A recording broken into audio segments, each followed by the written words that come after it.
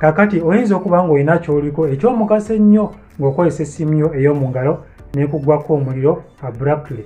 Ngenda kulaga settings osobola okukola okulaba nga mu dakiika 3 ku 5 essimu yo esobola okucharginga faster nejjula. Ky'ogenda okukola kye kino, ogendagenda ku settings ku ssimu yo ogikoonemu. Bw'omala ogikoonamu njagala okkirire wansi onoonye awali battery and device care. So njagala okoone wano awali battery wano.